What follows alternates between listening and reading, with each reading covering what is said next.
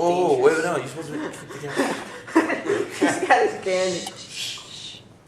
My name is Katie Frost, and this is my informational speech. One event that is very popular, especially in Texas high school history, is the event that comes around every September, October, that is homecoming.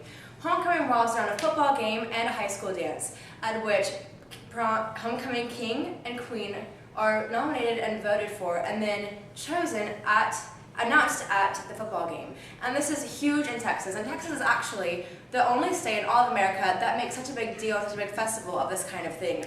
One of the things I want to talk about today is our traditions with mums and garters. Now behind me here is a homecoming mum, and this is something that a lot of schools do around the country, but no school actually does it quite as Texas does it. As you see, this is a little bit extravagant, and this is all for one person, and what happens is the guy goes and picks out and makes the girl's mum, and the girl goes and picks out and designs and makes the guy's garter. And a garter is it starts about right there, and it goes about down your arm, which is a lot smaller than a girl's mum. And the girl's mum is a lot more extravagant. You can add lots of things to both of these things. You can add boas, you can add little treats like little cars if your date is into cars, or a music note if your date is into singing or music. And what's really important about this is that it kind of embodies your relationship almost with that person. Now, say you've been dating someone for about 3 years.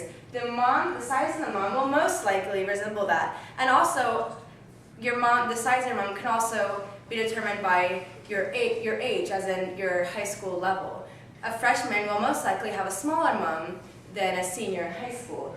And this is a senior mom, and for my school, our colors are black and gold, but for all seniors, I think around all Texas schools, there's always white incorporated into the mom.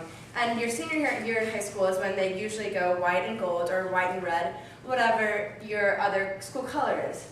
Now, the tradition of these mums and garters is you go and you pick them out. It's actually very important. Usually the guy will go with his mom, because mom knows more about style and hip and fashion, more about girly things and how to make it big. And girls are good at this kind of stuff. They can pick out a guy's garter very easily. And what happens is you do this about 3 weeks before homecoming, and the week of homecoming you pick it up and you have a mom and garter exchange, usually the Wednesday or Thursday before the dance on Saturday.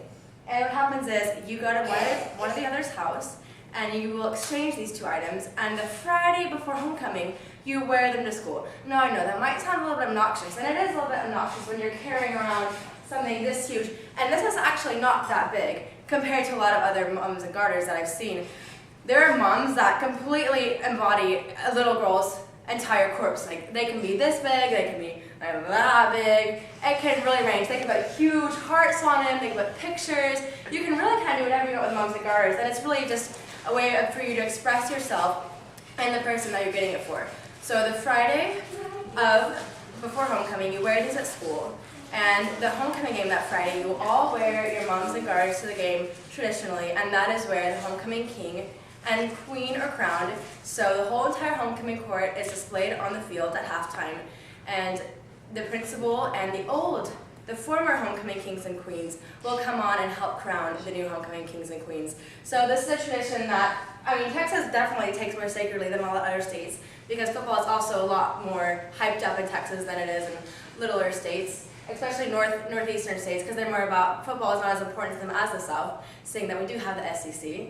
So this is just one way that Texas chooses to express itself very loudly and its cultures and traditions.